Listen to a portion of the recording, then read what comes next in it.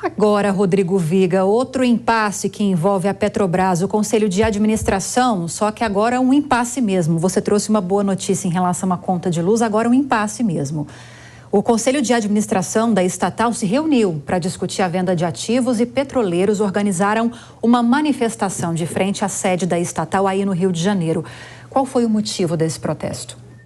Lívia, existe uma discussão que a gente vem trazendo ao longo dos últimos dias aqui na programação da Jovem Pan em torno do programa de venda de ativos, programa de desinvestimentos da Petrobras. Pois bem, apelos foram feitos pela FUP, Federação Única dos Petroleiros, que mandou representantes para a porta da Petrobras nesta quarta-feira, uma espécie de pressão à cúpula da empresa, o órgão máximo da companhia, que é o Conselho de Administração, e havia também uma demanda do Ministério de Minas e Energia pela suspensão por 90 dias desse processo de venda de ativos. Pois bem, Lívia, ouvintes, espectadores, internautas da Jovem Pan, o que decidiu o órgão máximo da petroleira, o Conselho de Administração, nesta quarta-feira? Aqueles processos de venda de ativos, de bens da Petrobras, que já estão em estágio muito avançado, esses ativos que já estão na fase que eles chamam de signing ou de assinatura, vão ser vendidos, não serão suspensos, não serão bloqueados. Mas o Conselho de Administração abriu uma brecha para uma futura eventual suspensão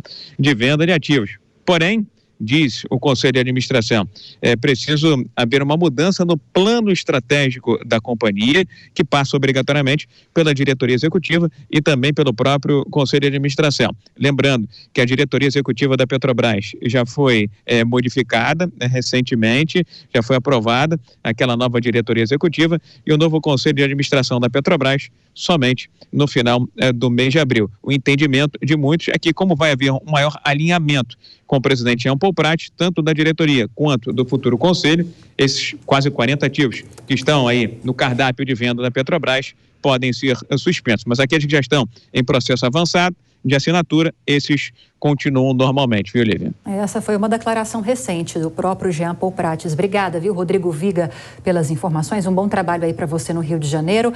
Agora, Roberto Mota, reforçando essa informação no final dada pelo Rodrigo Viga. O próprio presidente da estatal, Jean Paul Prats, garante que aqueles contratos de venda de ativos que já tiveram uma assinatura consolidada, eles serão cumpridos. Já os demais contratos que não tiveram uma chancela desse compliance da empresa, do conselho da empresa, esses poderão ser revistos. É uma expectativa do governo federal, dos próprios petroleiros, como o Viga também confirmou a informação para a gente. Mas você acredita que haja uma ala mais intensa dentro da Petrobras que tenha interesse em dar continuidade a esses projetos de desinvestimento? Como você visualiza esse cenário?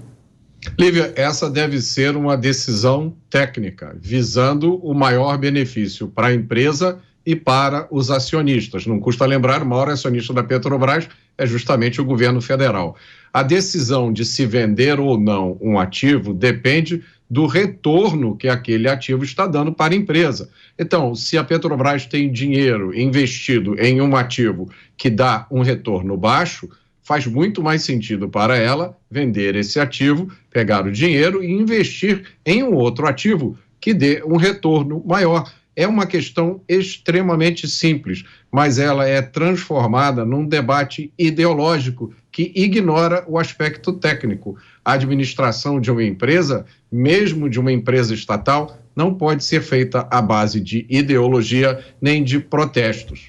Pois é, agora Nelson Kobayashi, o fato de Jean Paul Prats ter sido indicado pelo atual governo, o presidente da República, Lula, não tira dele, presidente da estatal, a responsabilidade de manter a empresa rentável, saudável e competitiva, mesmo que para isso ele tenha que se desfazer de ativos, né?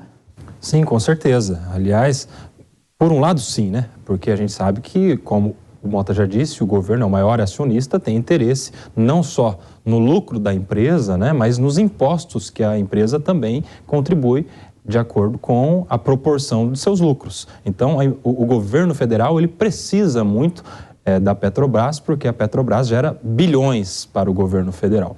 Por outro lado, mesmo com o lucro anunciado de 2022, nós vimos o próprio presidente Lula criticando a distribuição dos dividendos aos acionistas, né?